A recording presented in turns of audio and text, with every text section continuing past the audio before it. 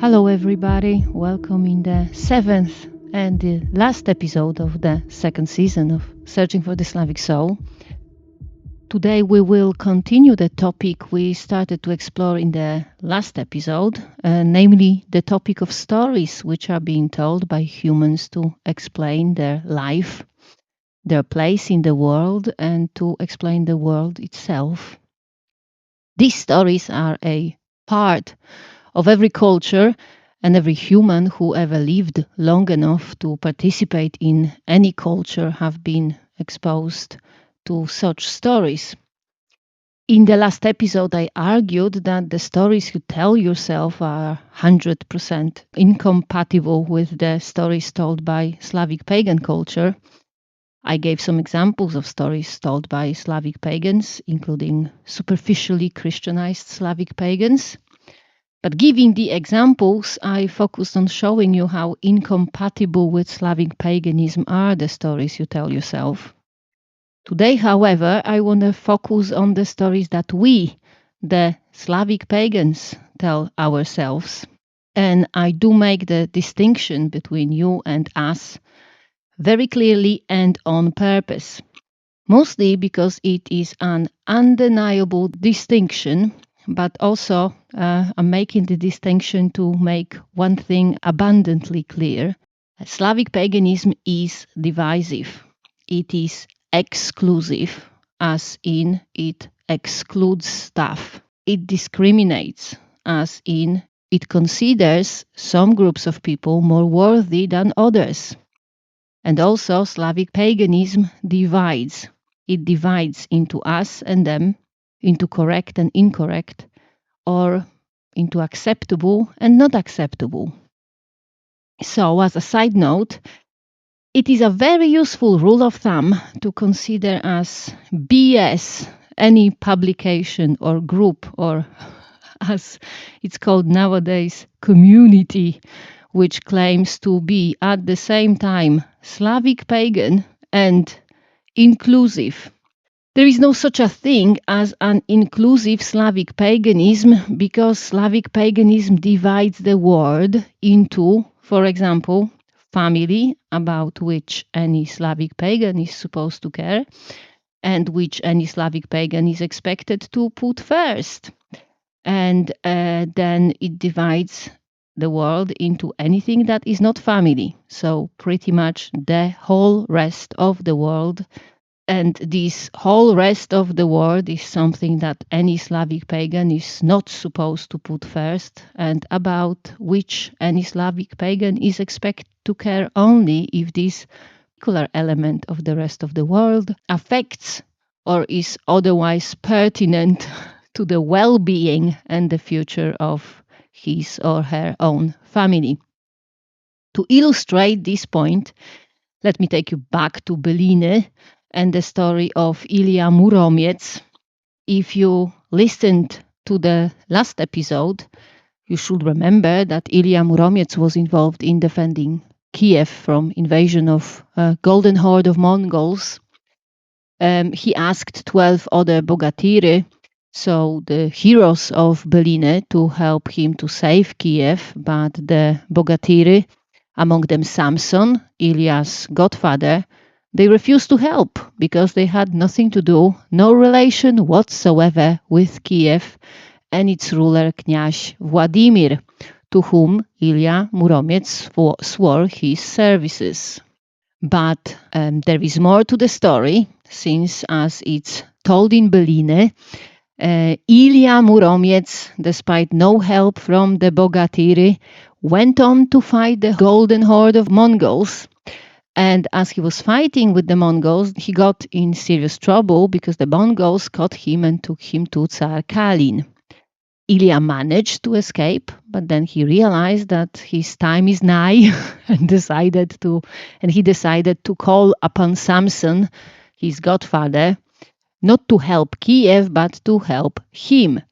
So Ilya shot an arrow and told his arrow to fly to Samson. The arrow flew to Samson, went through the fabric of the tent in which Samson was resting, and landed on Samson's chest. but only made a small scratch on his skin without actually hurting him. Samson woke up, looked at the arrow, straight away realized that his godson is in danger, and without any hesitation galloped to help Ilya.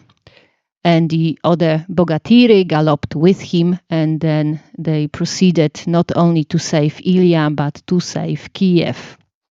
So the 12 Bogatiry, they did exactly the thing they did not want to do when Ilya Muromets asked them before. But when Ilya Muromets asked them for the first time, he was not in any sort of danger. He was just doing his own thing that had zero to do with the future or the well-being of the family. But when Ilya sent his arrow, he was obviously in danger, and the Bogatiri helped without hesitation.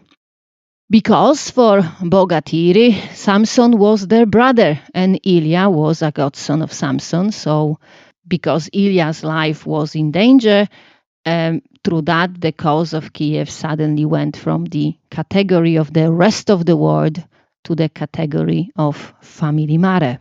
And by the way, this point of view that discriminates against and excludes not family is the very reason why Slavic paganism does not scale up above the level of a tribe. There are whole books written about failed Slavic pagan states in early medieval ages, so I will not be elaborating on this topic today. I'm just going to mention that the so-called pan-Slavism and all these calls for pagan Slavs to unite are moronic and ahistorical, and you should 100% ignore them if you want to follow Slavic native faith.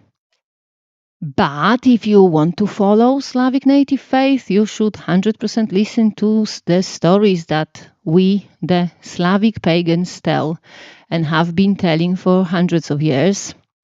The Russian Byliny are such stories, although they are, of course, not the only ones, but still I have neither time nor place here to present all the stories of Slavic paganism, so I made an executive decision to refer to Byliny, particularly to the Kiev cycle of Byliny, because Ilya Muromets is one of the heroes in them.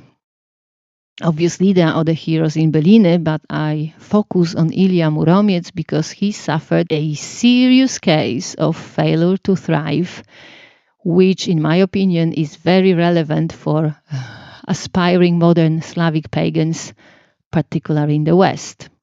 As the story goes, for the first 30 years of his life, Ilya Muromets could not do shit.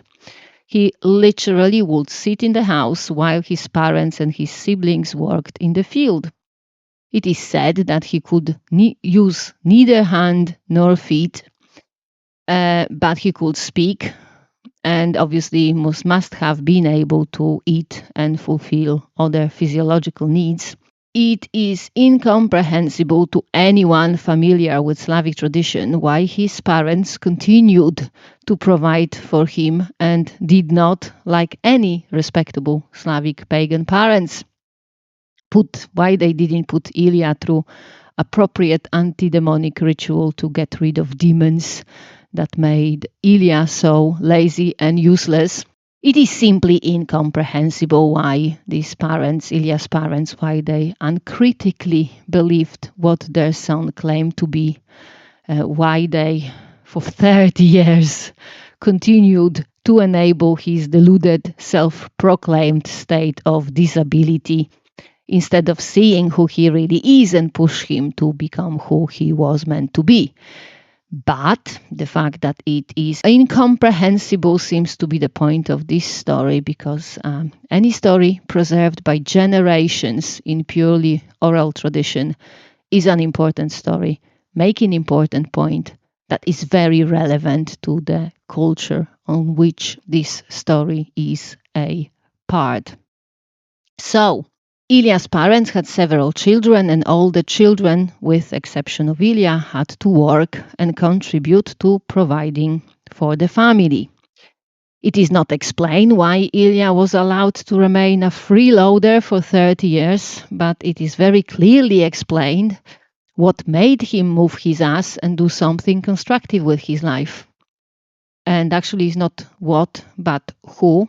It was dziady, the wandering beggars, the disabled singers of heroic songs who, by the way, were the composers and the singers of Byliny. If you read the translations on Witia substack, you know who dziady were and what was their importance in Slavic tradition. And if you don't, then go and read the translation of an interview with Piotr Grabowski, where the topic was discussed. Or alternatively, you can listen to the episode number 10 of the season 1, Searching for the Slavic Soul, where towards the end I discussed briefly the position of dziady in the Slavic tradition. As to Ilya Muromiec, for the first 30 years of his life, he was, like many of you are, a total and complete freeloader, enabled by his family, including his father Ivan. And then, one day, when the useless and lazy Ilya was sitting in his home, while the rest of his family was working hard to support his utter indolence, a couple of wandering dziady called him out on his BS and told him to get up to receive them properly. It is said that both dziady were lame, old and unable to work. But we do know that dziady were very often blind, which according to Slavic beliefs made them more able to see the true nature of things. Additionally, in the story of Ilya Muromiec, it is said that the dziady did recognize Ilya BS before they even looked at him, because initially they talked to him through closed door. So, basically, lame or blind bearers of Slavic tradition saw through Ilya BS and told him to follow a truly ancient Slavic tradition of hospitality, which is what made Ilya move his ass. What more, after Ilya got up and let them in, they requested that he follows a very important custom of Slavic hospitality, which is to offer them a drink. And Ilya gave them mead. They drank and then told Ilya to drink the mead too, and this is when he got his superpowers. So basically, all a Slav has to do to stop being a pitiful and useless freeloader is to follow the Slavic tradition. Everything else, including the superpower giving mead, already have. You just need to bloody use it instead of just sitting there and parasitize on your family. Another important lesson from Ilya Muromiec is told in the story of 3 roads by the burning stone, on which there was written on this burning stone that following one of the road will lead to getting killed, following the second will lead to getting married, and following the third will lead to getting rich.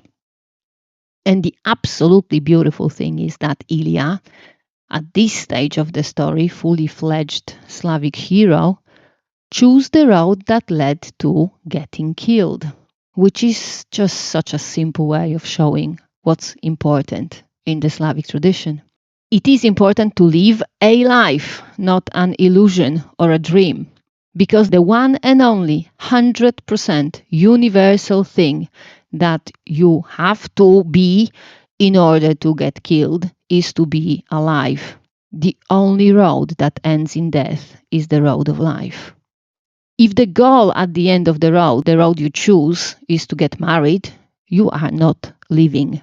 If the goal at the end of the road you choose is to get rich, you are also not living. The only way you will ever be able to live your life fully is to choose the road that ends in getting killed by something or someone. It's not specified on the burning stone because it really does not matter. Like the Slavic hero Ilya Muromiec, take the road that leads to getting killed because this is the only way you can take the road of living. By the way, Ilya did not get killed after he followed the road which claimed to lead to getting killed. On this road, he encountered 40,000 robbers, whom he killed, every single one of them. And the coolest thing he did after, he went back to the burning stone and he corrected the line where it was written that following this road will lead to getting killed. He corrected the line and wrote that following this road will not lead to getting killed. He also followed the two other roads, the one that was supposed to lead to getting married and the one that was supposed to lead to getting rich. As you must probably already guessed, neither of the roads led Ilya to getting married or to getting rich, which he diligently noted on the burning stone, which is yet another lesson of Slavic tradition. It corrects itself. At some point, something could have led to something certain, but at some point, for example, after an intervention from a Slavic hero, stripped of his freeloading tendencies by the bearers of Slavic tradition, after such intervention, something stopped leading to this certain outcome. And after this change of outcome, Slavic tradition diligently corrects itself, even if it's carved in a stone, and not just a regular stone, but a burning one. If you read Byliny, which I recommend every aspiring Slavic pagan to do, you will also learn a lot about the Slavic view of asking gods for help, which essentially is, unless you are a Dziad and interacting with the gods is in your job description, you only do it when it's absolutely necessary.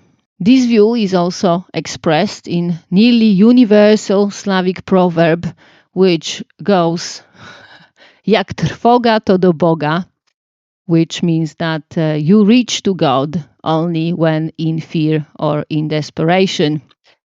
Despite the heroic status of Bogatыri, despite clear favor that gods show them by showering them with superpowers, gods seem to be quite unbothered about helping Bogatыri in their struggles.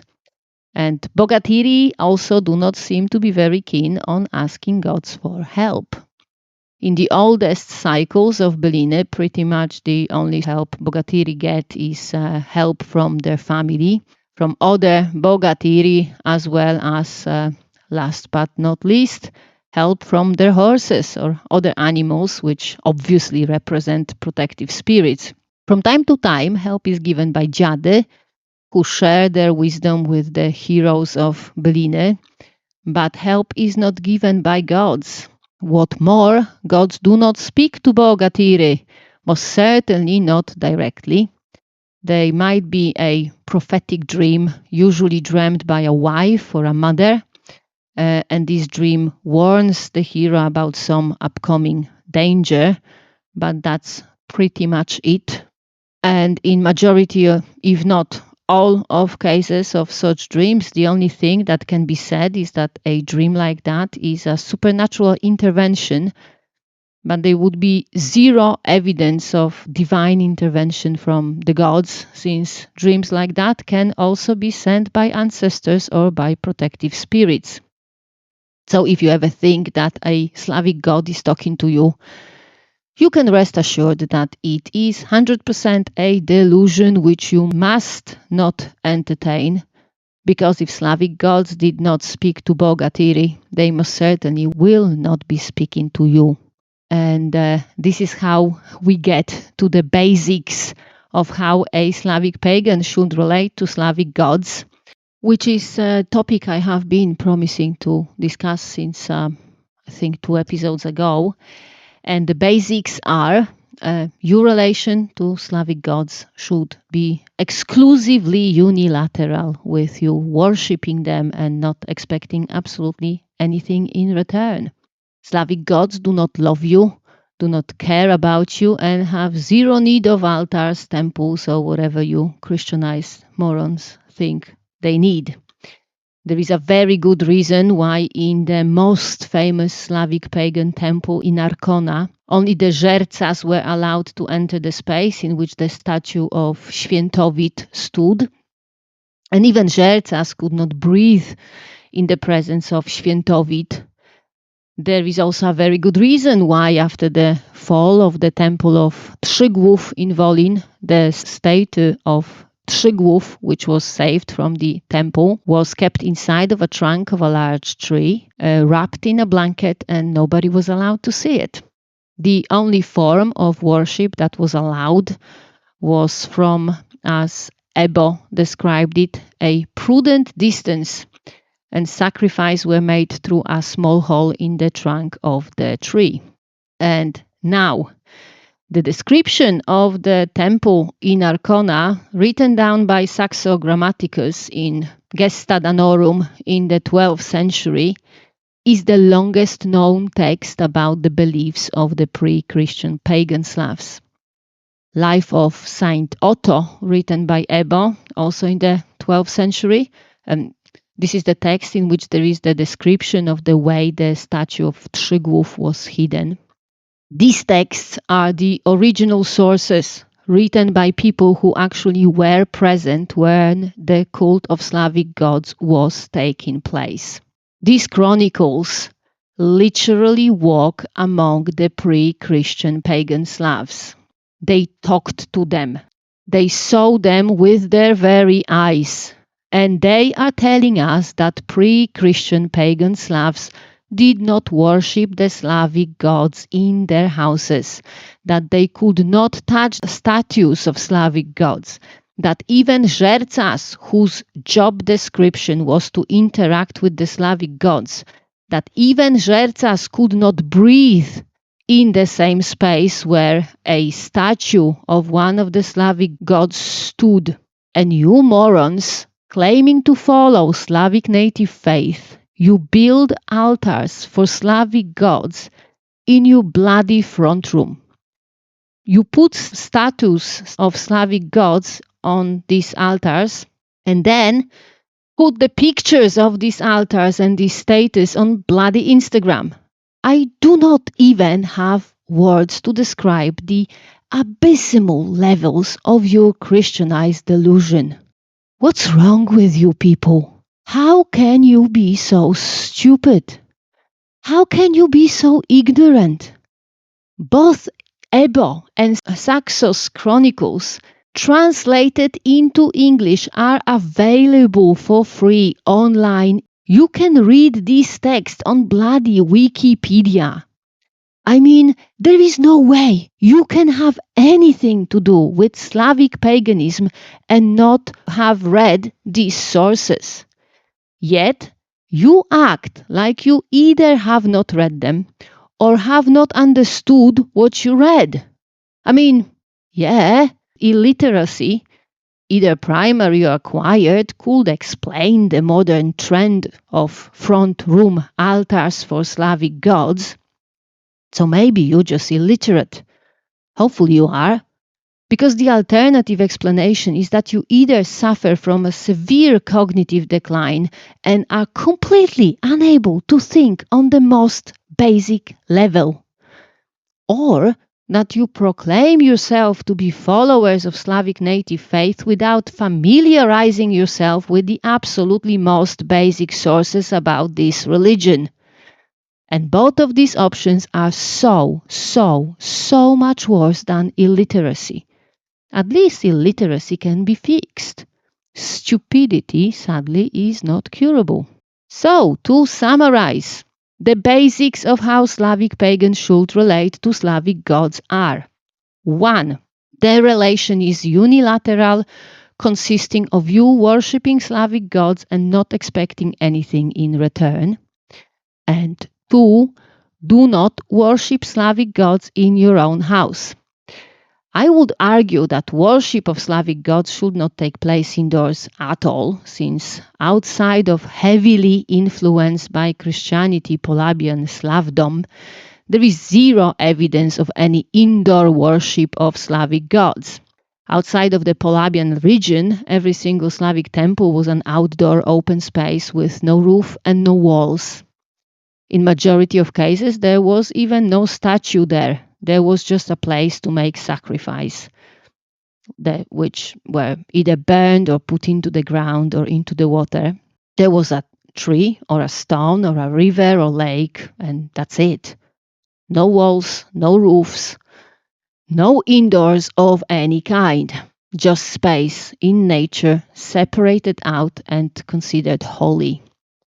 It seems that Slavic gods were invited indoors only in exceptional life-altering times, such as birth of a child or a wedding.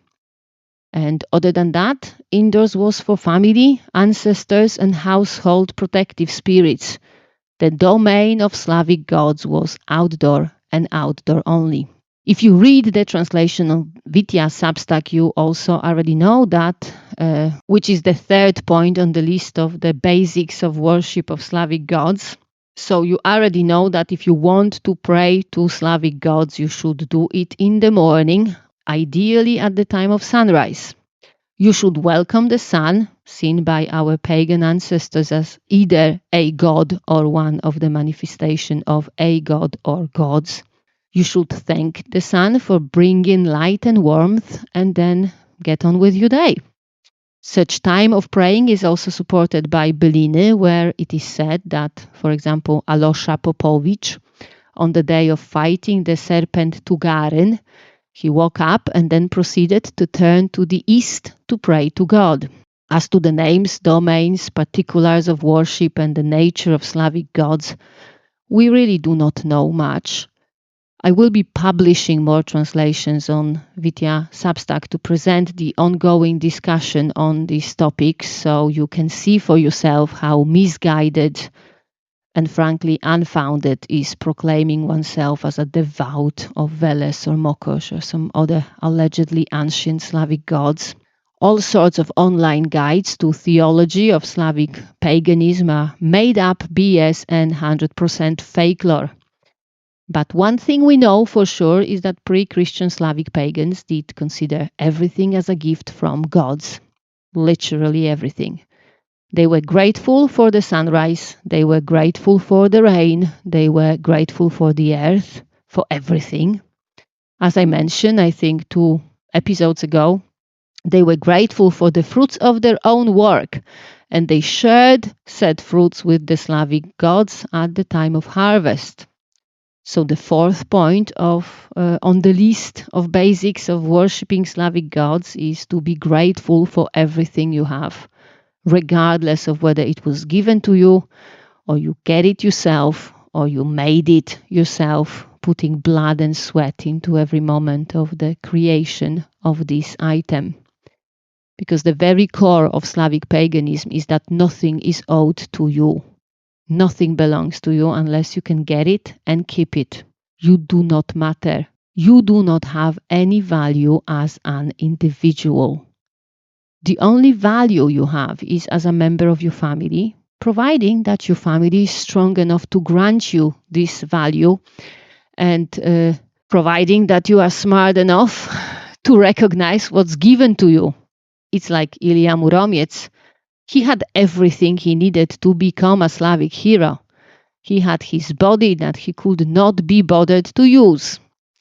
He had his family that protected him and provided for him, and for 30 years he used and abused their gifts.